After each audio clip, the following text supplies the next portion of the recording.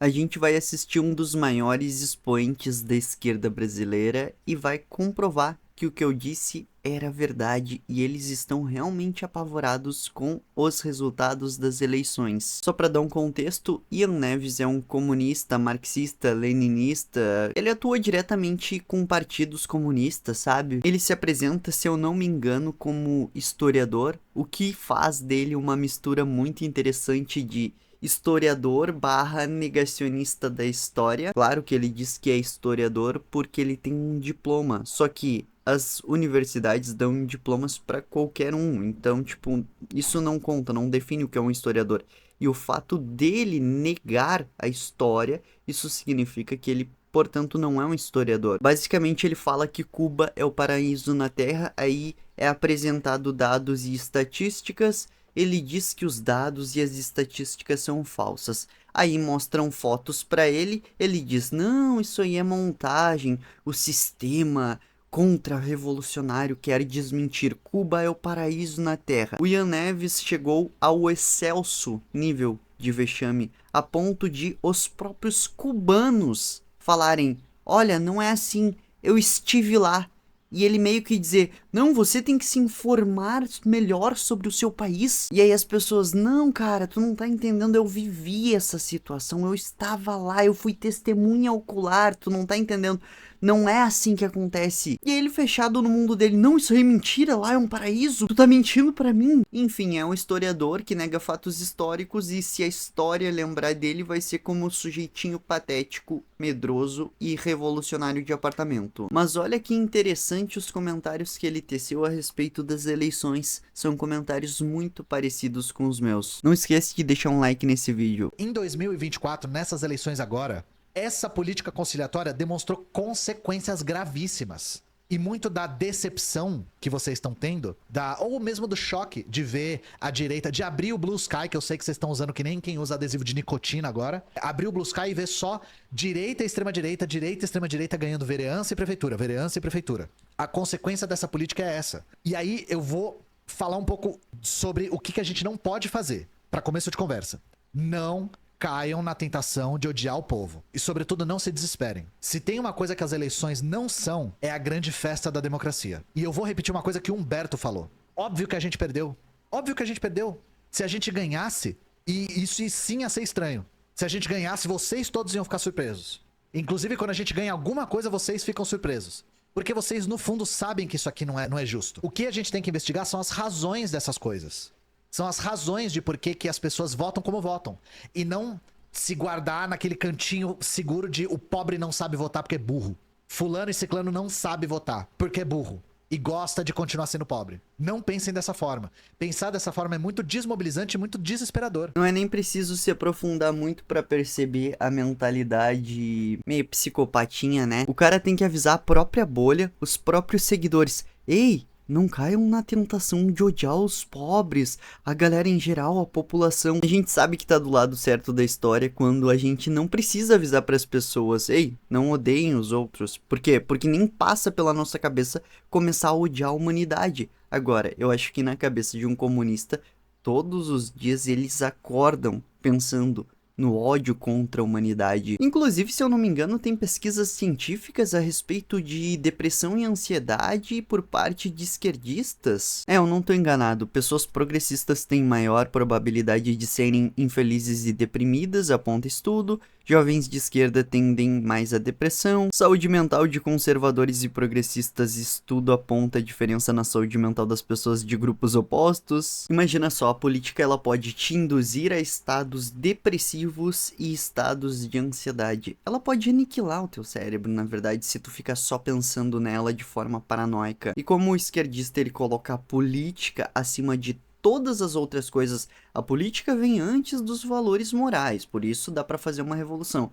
A política vem antes do nosso desejo inato de relacionar com parceiros, parceiras. A política vem antes da religião, a política vem antes da ciência, a política vem antes de tudo e qualquer coisa, é o negócio mais sagrado que existe, é ela que define todo o resto. Como esquerdista entra nessa paranoia, óbvio que vai ficar ansioso e depressivo, e claramente vai desenvolver psicopatologias até mais acentuadas, por assim dizer. Vou colocar em outras palavras, existem outros tipos de doenças mentais que a nossa ciência ainda não conseguiu entender para classificar corretamente, e é muito provavelmente que os esquerdistas sofram dessas doenças mentais ainda não diagnosticadas. Eu não poderia ser hipócrita, chegar aqui e dizer, eu sou um conservador, porque quem se acha conservador é porque é. Eu não sou identitarista. Pra mim, o que vale são as ações humanas. Pra mim, conservador é o Pablo Marçal, que teve uma esposa, se casou com foi pra cama só com uma mulher, teve filhos só com uma mulher. Eu não segui esse caminho. Eu segui uma estrada na adolescência extremamente libertina. Eu não gosto muito de contar isso, mas basicamente não fui uma pessoa casta, entendeu? Não me preservei. Pra mim, conservador é quem segue o modelo católico, bem dizer, entendeu? De uma família como base. Eu acho os valores conservadores mais belos, eu acho que o que trouxe a humanidade até aqui foram os valores conservadores, tá? Até porque todas as revoluções levaram ao morticínio em massa. Revolução Francesa, morticínio em massa. Revolução Russa, morticínio em massa. Revolução Cubana, morticínio em massa. Revolução Chinesa, morticínio em massa. Toda vez que há uma revolução, ocorre a perseguição dos valores tradicionais e aí acontece um morticínio em massa, enquanto que a perpetuação dos valores tradicionais, o conservadorismo, ninguém é perseguido, logicamente. Acho que esses valores são os mais belos e eu vou tentar seguir a minha vida, a partir de agora, o mais próximo disso, mas eu não posso dizer que eu sou isso, porque no começo da minha vida eu comecei errado, entendeu? Eu não sou dessas pessoas que dizem, se eu acho que eu sou é porque eu sou. Não, não tem como, entendeu? Eu gosto da descrição da realidade com palavras que signifiquem que elas são de verdade. Um conservador que tem um núcleo familiar, que teve apenas uma esposa, vários filhos com ela, isso é um conservador. Eu chegar e dizer, depois de ir pra cama com várias mulheres, chegar e dizer, não, eu sou um autêntico conservador, isso é uma besteira enorme. Enfim, o negacionista histórico Ian Neves demonstrou claramente, a esquerda está desesperada. Por quê? Porque a direita finalmente começou a ganhar minimamente uma voz. Isso reflete um movimento de baixo para cima. Se as pessoas da base estão sendo trocadas, em breve, as pessoas intermediárias também.